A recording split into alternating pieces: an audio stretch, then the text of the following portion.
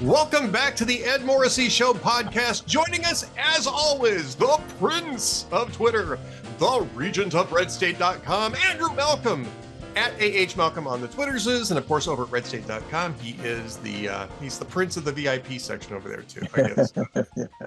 He's the VIP of VIP. They're the Regent, yeah. The VIP of VIP. That's what I think. That's another title for this thing. So, before we even get into politics and media and stuff like that, this is kind of a little bit of this Super Bowl. Yeah. Not too super this time around, huh? Yeah, not quite Super Bowl. Yeah. Well, I was disappointed. Then I only watched the first half, and I'm not an Eagles fan, so I have to remind you, Ed, that the first game that the Cleveland Browns played in the NFL when they entered the league in 1950 was against the Eagles, and they won. So we won. Browns won. So I've never been fond. There's just a quick funny story. The Eagles coach in 1950 was making a lot because the old All-America Conference teams did a lot of passing, like the old American League, right? Right. Yes, exactly. And he was making fun of them and saying it wasn't real football. So when they played the Browns in the Browns' first game in the NFL in 1950, Paul Brown went to Otto Graham, one of the greatest passers of all time, and he said, "We are not throwing a single pass today, not one." And so they didn't, and they beat the Eagles. And after the game, the reporters asked Brown, and he said, "Well, we didn't have to throw the ball at all." And it's kind of funny that you say that because, and this is the thing that struck me, right, is that a lot of people were crediting the addition of Saquon Barkley to the Eagles as the reason why they were in the Super Bowl. And yet, and this was kind of interesting, Barkley got his yards. He got like 60 yards or so in the game, but it was basically Jalen Hurts the whole game. I mean, having Saquon Barkley there as a threat is certainly effective, right? And Saquon Barkley, I mean, he this season he set a record, including the postseason, set a record for rushing yards, something like close to 2,500 of them. And so, I mean, he had a monster year, and Saquon Barkley is absolutely fantastic, and I think he's a big reason why the Eagles were able to. Isn't that amazing? He's on the Giants and he's a bust. And he goes to the Eagles and he's a hero. Well, he wasn't a bust on the Giants. The Giants were a bust around him, which is the reason why he hit the road in free agency. He wanted to play for a team that had a shot at winning, and this is first year out outside of the Giants. How about that? Isn't that something? First year out, you get the. Yep. And I think I might have lost your audio there for just a second, Andrew, but I'll let you work on that. But can you hear me now? Yep, I can hear you now. Okay. He wasn't really a factor in the game, and not a big factor. It was really Jalen Hurts in the passing game that won the game for them. And not even in the second half when they had a huge lead, they were still throwing the ball. And I think Jalen Hurts and the Eagles really kind of wanted to do the same thing in reverse as to what you just said, which is to say, Jalen Hurts is the guy who got us here, and Jalen Hurts is the guy who won the game. And message sent and received, man. I'll tell you. Yeah. All right. Yeah, the game wasn't very good. I mean, I'm sorry that the Chiefs didn't put up a better effort in the first half. I mean, their defense was playing pretty good in the first half, but the offense just stunk. And by the time they woke up, it was because the Eagles were basically playing prevent. It's too bad because I think that they're also a great team. They're still going to make it to Super Bowl. They are. Oh, yeah. I mean, and they're fun to watch, except yesterday. I mean, I've always liked watching quarterbacks who are like surgeons, I mean, like watching Joe Montana or Drew Brees, and what's his name, Tom Brady, who was making way too much money on Fox. Yeah, I mean, when you compare, I admire Tom Brady's accomplishments, and I'm sure he'll get better. And I'm sure it's intimidating first year out to be doing the Super Bowl, but he possessed a keen grasp of the obvious in his commentary yesterday. I mean, it was just Yeah. like I could have done that commentary for much less than 34 million or whatever he's getting. It's Tony Romo compared to him. I mean, is a genius. He's Einstein. He tells you what's coming, and he's right most of the time. I love that stuff. But Tom Brady will get better. He'll get confidence. He's a hard worker. He's a hard worker. He's gonna buckle down on it. There is, however, a certain amount of talent that goes into this, and I don't think he was bad. He was just sort of mundane. Pedestrian. Yeah.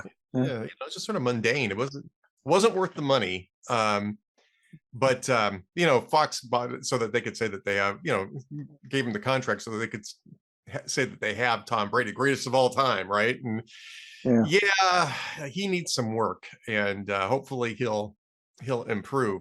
And given his work ethic, I know he's going to work on it. But he didn't. He didn't win big at the beginning in football either. So that's true. Yeah. I would never count him out. Well, it's kind of like Jalen Hurts, right? I mean, Jalen Hurts got, I think it was his first year or second year, he got the Eagles to the Super Bowl and lost to the Chiefs. This was 2 years ago. And people were starting to ding him as a guy who couldn't win the big game, which is kind of dumb considering how many games he's actually won. And that's the reason why I think that Nick Sirianni really wanted to make it Jalen Hurts' game last night, which is to basically, put a thumb in the eye of the people who've been making those claims. Now Jalen Hurts has got the ring, and all that talk is going to go by, but he worked on that.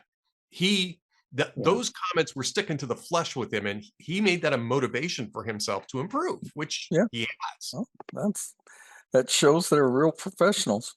I just haven't paid much attention to the NFC, and it's certainly in watching games, so I don't know much about him. He's a talented guy. I think if you're going to pick a quarterback, he's top 5 at least, maybe top 3. Lamar Jackson's probably the most dangerous quarterback. Josh Allen, who got the MVP this year, and Mahomes. Mahomes is a great quarterback too. Mahomes was making mistakes yesterday, and Jalen Hurts wasn't. I mean, it was pretty much as simple as that. And let's talk a little bit about the politics of the Super Bowl. And I knew it was going to be different this year. And right off the bat, Donald Trump gets a huge amount of cheer and support from the stadium, and Taylor Swift got booed. Well, I think that was kind of rude. I don't think people should have been booing Taylor Swift, but I mean, there's sort of a vibe shift going on here? Is there? I would think that celebrities would have learned their lesson by now. Maybe this will help. Stay the hell out of politics, stay in your lane and do your thing. She's an amazing showwoman with a historic tour. And what I've seen of her and know of her, she's a very nice lady, especially with fans and people in the crowd. You see her walking down the hall, and then somebody says something, she turns around, comes back and gives them a selfie. And it's just, she's a nice person, but she opened her mouth or allowed others to speak for her that she was for Kamala. And so, you're going to get booed by people who are liking the other guy there. So Trump is a master showman at that. He goes there. Remember, he went to every one of the Army Navy games. And I remember one of the Army Navy games in the first term where he's walking up a ramp or something, and in the background there's 3 young women, and they're all going with the heart signs to him. And I just thought, it's so spontaneous. There's no artifice about it. These people, the president coming to the Army Navy game, Joe Biden didn't go to one, and he's gone. So it's good. My wife asked me about that too. She said, why don't presidents normally go to these things?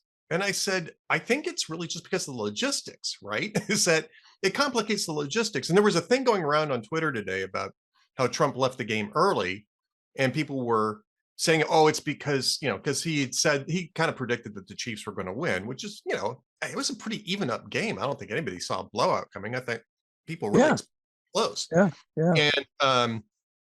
And oh, he left because he picked wrong team. It's nonsense. He left because if the president doesn't get out before the game's over, it's going to tie up the stadium for hours. I mean, yeah, all of us at 59 Super Bowls, and he's the first president to go. Can you imagine being a Secret Service agent? I got whatever it was, 70,000 people. I mean, and I don't know. They must have used metal detectors, right? I think they do. I think they do anyway. Every NFL game, I haven't gone to a bunch of them, but every NFL game I've gone to in the last 20 something years, there's metal detectors at every gate. You have to empty your pockets. I mean, they do all that anyway. But the Secret Service gets there ahead of time. They secure all the spots. They look for all the, make sure that nobody's in the spots where they have a shot at the president, which is good. I mean, that's what we want them to do. Did you see the news that the Secret Service paid Michael Bay a $2 million fee to cut an ad for recruitment to the Secret Service? I don't know if that's actually been confirmed, but yeah. I mean, yeah. I just thought that was interesting. Yeah. I don't mind that. I mean, I think it's cool. I was going to say something about the Secret Service and that. I know. Next weekend, Trump's going to the Daytona 500. They have a president who's into sports. I think he genuinely is, but who's into sports and shows it. That he's, like others, when he doesn't have, he'll never have to campaign again. I just think that's a cool thing that we got a president back. He's got energy. He's old, but who cares? He's doing so much. It's a nice vibe if you're not in Kamala Harris campaign. Well, it's interesting because I wrote about that this morning. The CBS News poll came out yesterday, and I wrote about it today. And I mean, there's some really interesting data in that. Tell us about it. Yeah. So they're starting to do job approvals, right? Not just the favorability, because he's in office now and they can ask about job approval ratings. Well, his job approval ratings are above, it's 53%, which he's never had a majority, of job approval ratings. And, they had their CBS, they had this on Face the Nation yesterday morning, and they had their pollster analyst guy. His name's Anthony Salvato. And Anthony Salvato says, he's talking about, first off, he's doing, he said he's doing what he said he would do during the campaign, which people are responding to, right? Which is, it's unusual enough that it gives It is. It's the exact opposite of what Biden did. Yeah. Exact opposite of what most politicians do. They get elected and they just manage the status quo. Donald Trump got elected on disrupting the status quo, and that's what he's been doing for the last 3 weeks. Only 3 weeks, by the way. We're only 3 weeks into this presidency. Just to remind everybody. But he also said this. He says he says there's been a lot of activity. Voters are getting the general sense of governance. And you know what that means? It means that they're seeing actual leadership. And you go down there and you take a look at the qualities questions. And this is what the qualities, the respondents are saying. 69% of the respondents overall describe Trump as tough, 63% energetic, focused gets 60%, and effective is 58%. Now, that's clearly a bipartisan consensus by a significant majority that this guy is tough, energetic, focused, and effective. Yeah. which is, I think, an indictment of the previous 4 years. And it shows just how thirsty Americans have been for actual leadership. And that's really Right. what this reflects, is Yeah. that Americans got sick of having an ailing old man who clearly was non compos mentis at the top of the executive branch, not getting anything done, and basically being run by his family and a cabal of Democrat operatives in the White House. And everybody knew it. Yeah. Everybody knew it. This is what leadership does. Leadership is its own quality, Yeah. and it provides its own momentum, and that's exactly what Donald Trump is doing. Yeah. It is, and it's it's impressive, but it's also just not religious, but spiritually refreshing. Yes. Yes, I think it is. I think it's refreshing. I think Americans see it as refreshing. And look, he's a 78-year-old man. I don't know how much energy he's going to have in his 4th year in office, but he's showing more energy than I think that you've seen since maybe Bill Clinton in the first 3 weeks. I don't even think Obama was this energetic, effective, and focused. Right. And so, yeah, I mean, I think that I think that there's a significant upside to continue out of this. I want to get to your things though, and the first thing I want to talk to about is in relation to this. You wrote about this: the new DNC chair facing a grim Trump reality, which is the fact that he's now a popular leader, claims we're not dead as a party. I'm okay. I'm okay. I'm not dead. I feel happy. I feel happy. Yeah. I mean, Andrew, Yeah. I If you think got I it, don't if you think got, the if party you could got to, die. yeah, But if you got to say that, you are dead. Yeah. And he said it. He said it to Rachel Maddow, who you couldn't find as a Democrat a more sympathetic interviewer. Uh, he'll like Tom Brady. He'll get better. Uh, he's a state chair. He's a progressive, lifelong progressive. He worked for Paul Wellstone. Remember him? And that's right. I forgot he worked for Paul Wellstone. and he did good things in state politics there for Democrats, who aren't really Democrat. They're Democrat Farmer Labor Party, but same thing.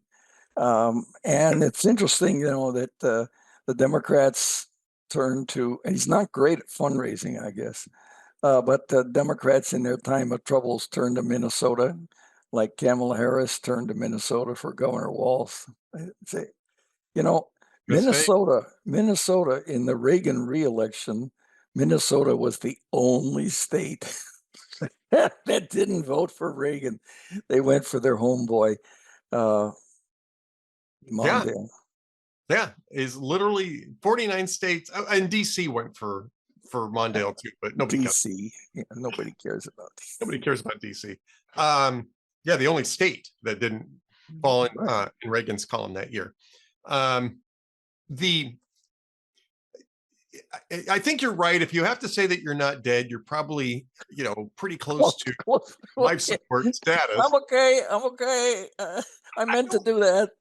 I don't think that they're necessarily dead, but the problem is that they are defending the indefensible. And again, going back to the CBS News poll, CBS News, by the way, not being necessarily a hugely sympathetic platform to Republicans or conservatives, but you take a look at their data, and this is some of the key issues, because Salvato actually said it's not just the leadership qualities, it's actually that he's pursuing popular policies too. They support his actions in the Israel-Hamas conflict, 54-46. 59% are supporting deporting illegal immigrants. 64% support sending U.S. troops to the southern border to secure it. 68% think he's either cutting the right amount of government spending or not cutting enough yet. Ending DEI, 61% said he's either done it the right amount or he hasn't gone far enough yet. Same thing with foreign aid. That's a 61% split there.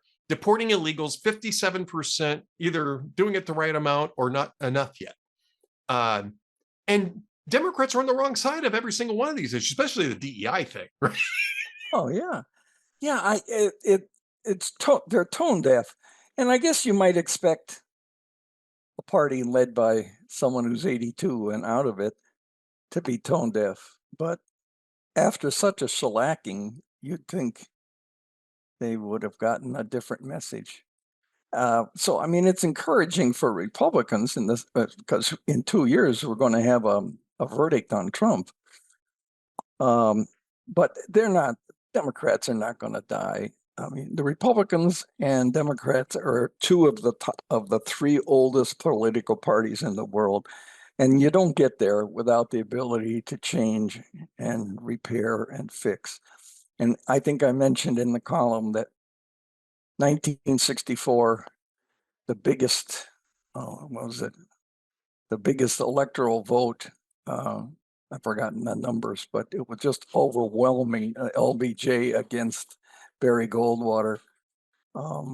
And people said then, oh, is the Republican Party going to survive? And, forget about it. In 4 years, the Republican Party elected Nixon, and that was the beginning of 20 years of Republican White House ownership out of the next 24. So, yeah, it feels good now. It's fun to watch them suffer, but don't get cocky. I don't think Trump will be, but I hope he doesn't get overboard. That's when you hear the cheers and you keep on going, you need to be judicious about it. No, I completely agree. But I mean, as long as the Democrats are defending USA spending, Yes, I which is know. the topic of your other column, right? Which is the fact that they're defending the indefensible here. It's a $40 billion or $50 billion slush fund, most of which is going to really sketchy organizations. And Democrats are arguing that it should remain a slush fund, and that the executive branch shouldn't have any say over how that slush fund is operated out of the executive branch. I mean, it really is defending the indefensible. And even Rui Teixeira today at the Free Press is going, Democrats are committing suicide in defending USAID spending. I mean, it just makes no sense whatsoever. Yeah, they're against their president doing it unless it's their president. Yeah. It is indefensible, and it's dumb. And as I say, if Musk and Trump control themselves, and they don't get carried away, it isn't. USAID is indefensible. First of all, foreign aid has never been popular politically, but it's been very effective diplomatically when it's done properly. I mean, we rebuilt Europe, not because I guess we were generous, but we also knew that the communists had taken over Eastern Europe, and if you don't rebuild the rest of Europe, it's going to go communist too. So there was a self-interest there, and there's nothing wrong with that. France had a self-interest when they helped us against the British during the Revolutionary War. So, right. So it's been good overall. It's been around for a long, long time. Americans outside the government, actually, Americans were helping. Europe was starving during World War I. And in fact, I didn't know this until I began researching it. The Herbert Hoover, who went on to be the first Quaker ever elected president and the last cabinet member ever elected president. He was running a food fund in 1914, and they were actually allowed to get American food, into occupied Belgium for people, as long as they weren't giving it to the Germans. So I think that's kind of cool. And Of course, he went on to great international fame and saved millions of lives doing it. A little orphan from a small town in Iowa. So there's a lot of good stuff about foreign aid. We tend to not think about it that much or to resent it. People think, "Oh my God, the government's giving away so much money." Well, it gives away money, but not in through USA. I mean, foreign aid in the US budget is 1.2% of what is it, $6.5 trillion. So Yeah. yeah, it's not that much. It's not that much, but it is a mechanism by which it's a mechanism by which power is retained and exerted without any accountability whatsoever, and it's a feedback loop basically for Democrat um, interest groups, and Yeah. it's and that's what we're seeing exposed. And so I make an argument today on Monday, in one of my columns. I made it last week too, which is that we're seeing this litany of sob stories coming from the protection. Oh, yeah. There'll be more. There'll be a whole bunch of starving little school children in Africa. I mean, it's going to Yeah, I be mean, all over.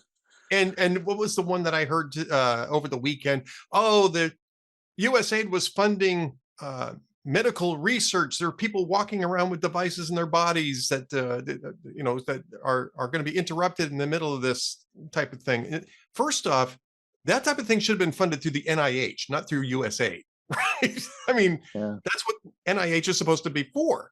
Secondly, if those projects really need to continue to be funded, Congress can fund them.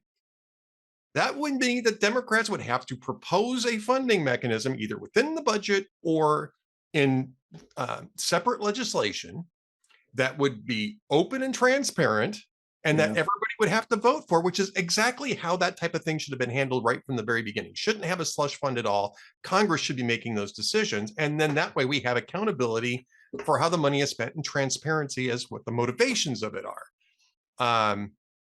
Yeah. But you notice that none of the Democrats that are howling about this are going to Congress and saying, well, let's introduce the bill for, to fund Internews, which was this propaganda thing. It was $500 million a year, and they were training journalists and creating news outlets. USAID was doing that, right? This is part, Yeah. and that Taby Taby put up a note over the weekend and said, I really need to absorb this, but I'm going to have a lot more on this. WikiLeaks is the one that popped it out. And David wrote about it today. I think he put it behind the paywall, but it's going to be a topic of conversation. We're going to have lots of conversations about this. But I mean, this is the type of thing that the government should not be involved in. They should not be involved in sotto voce media manipulation, and that's exactly what this is. And apparently, it's a Yeah. And what, $472 million a year project. like so many things in Washington, there's no accountability. And I think that's one of the more refreshing things about Trump and why he's more popular in that area is that he's imposing accountability. First, you expose it. No one's going to get punished for this, but they are going to stop it, and they're going to make great political hay out of the terrible stories. USAID originally, it was Kennedy's. It was to foster goodwill for the U.S., but it was to help build and strengthen democracies in the face of Soviet communism advancing. They just took over Eastern Europe. They had guerrilla movements, as I wrote about this in the column, guerrilla movements all over the world. Ho Chi Minh in Indochina at the time, and he was copying the guerrilla war methods of the American revolutionaries. So it's foreign aid. I guess it could be controversial, but if you take the long look, it's a worthy investment. Kennedy's the one who started the Peace Corps. He's the one who started this pulling all foreign aid together under one group. In the past, it was just talk about throwing it all over. There were numerous agencies involved in foreign aid. And you may remember the 911 Commission in 2001 or after 2001 when they studied how could 911 happen, they found that numerous intelligence agencies had little pieces of the developing conspiracy, but no intelligence agency had enough to put together the big picture. You know, one agency would know there was Saudis taking jumbo jet flying lessons in Florida, but not caring about learning how to land a plane. You know, I mean, there were a whole bunch of those things, but there was no one place to pull it all together. And that's what caused the invention of the Director of National Intelligence, which Trump has nominated Tulsi Gabbard to. So, Yep. so you don't know. I guess it's human nature. You don't know why it takes so long for these lessons to be learned in a bureaucracy, but it develops its own self-interest, sluggish self-interest, and nobody seems to pay much attention to it until there's a crisis like 911 or the intentional crisis now of finding out how foreign aid has been abused for so long. Yep. Yeah. No, you're exactly right. And by the way, folks, Andrew's got some great stuff over at redstate.com for that. Go over and check out his VIP columns over there. And he's got some great memories over there. You got to just scroll back. Yeah. Some great stuff. Those seems they have legs. There's still people for the last one. Oh, and yeah. every time we have a memory, we list all the others. There's 25 now, I think, that seem to resonate with people. Every single one of them is a gem. So redstate.com, go over there and check that out. Andrew, I think we're just about done for today, but do you have any jokes of the week for us? I do not. Well, you know, you go ahead. I might have one. I got one. All right. So man and woman get married. On their honeymoon, the husband tells his bride, look, I've got a confession to make that I should have told you about before, but I was concerned that it might affect our relationship. And she says, well, what is it? He says, well, I'm a golf fanatic. I think about golf constantly. I'll be out on the golf course every weekend, every holiday, and every chance I get. If it comes to a choice between your wishes and golf, golf's going to win. His new bride said, you know, all right. Thank you for your honesty. And in that same spirit of honesty, I should tell you that I've concealed something about myself as well that you really need to know about. And the truth is that I'm a hooker. And the problem is, the husband says, no problem. Just widen your stance a little, overlay your grip, and that should clear it right up.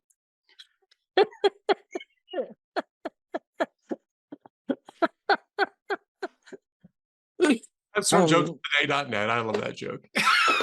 Well, I have a golf joke. There's a guy who's an inveterate golfer, and he's out on the golf course with his friends, and they're on the tee, like the fourth tee, and all of a sudden he's about to tee off, but all of a sudden he stops. He turns around, he faces the road, takes his hat off, puts his hand over his heart, and the other guys are going, well, what's going on? And he said, well, you know, my wife died, and after 40 years of marriage, when the funeral goes by, it's the least I can do.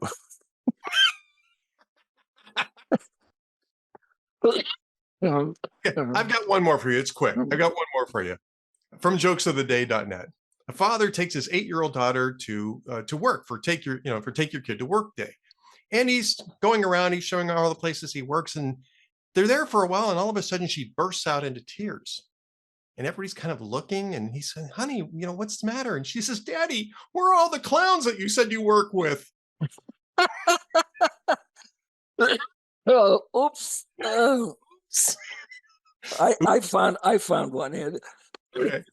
Excuse me. This is an old one, Seth Meyers. He says, a French winery is facing a rosé shortage. For those unfamiliar with those terms, a winery is a group of women who have run out of rosé.